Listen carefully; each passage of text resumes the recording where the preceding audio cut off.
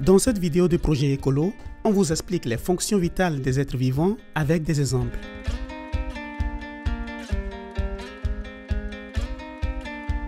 Alors, quelles sont les fonctions vitales des êtres vivants?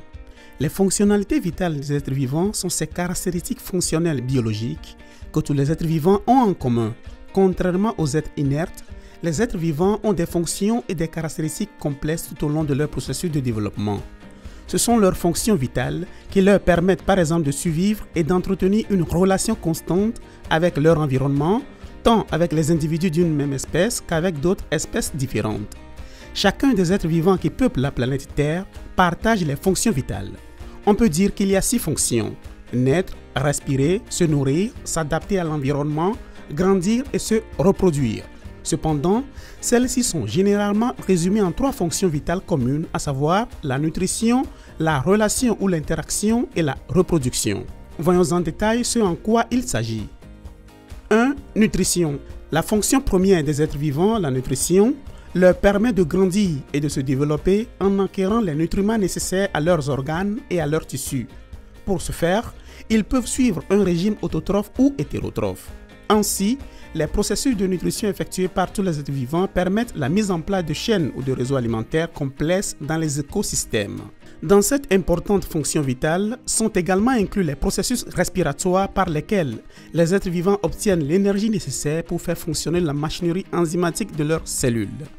Par exemple, grâce au processus de photosynthèse, de respiration et de nutrition, les plantes transforment les nutriments inorganiques, c'est-à-dire l'eau et la lumière, en composants organiques qu'elles transportent vers les différentes parties de leur organisme pour se développer.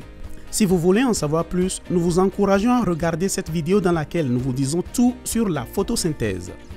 Avant de continuer, nous aimerions bien vous mettre à l'épreuve. Terminez la phrase suivante. L'alimentation des plantes est A. Autotrophe, B. Hétérotrophe, C. Les 2 réponses sont correctes. Commencez déjà à penser à une réponse et vérifiez à la fin de la vidéo si vous avez réussi.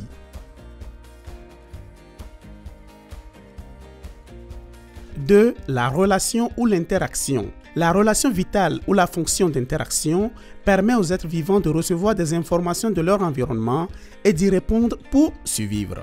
La fonction relationnelle des plantes est basée sur leur réponse aux stimulus chimiques qu'elles sont capables de recevoir par le biais de mécanismes chimiques et physiques complexes qu'elles possèdent à la fois dans leurs racines, leurs tiges et leurs feuilles. Par exemple, face au stress hydrique ou au manque d'eau, les plantes ferment leurs stomates pour éviter le dessèchement. D'autre part, la fonction relationnelle chez les animaux comprend la participation des organes sensoriels et d'un système nerveux complexe qui leur permettent d'avoir la capacité étonnante de communiquer avec d'autres êtres vivants et de pouvoir réagir aux changements environnementaux de différentes manières. Découvrez tout sur les relations symbiotiques des êtres vivants dans la vidéo que nous vous laissons ici. 3. La reproduction. La 3e et dernière fonction vitale est la reproduction des êtres vivants. Cela permet aux êtres vivants de multiplier le nombre d'individus existants de chaque espèce pour ainsi créer de nouvelles générations tout en transmettant leur information génétique.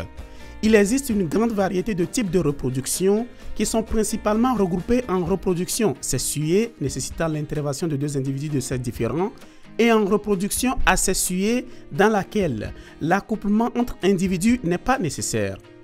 Certains êtres vivants sont même capables d'alterner les 2 processus de reproduction en fonction des conditions environnementales ou de leur stade de développement.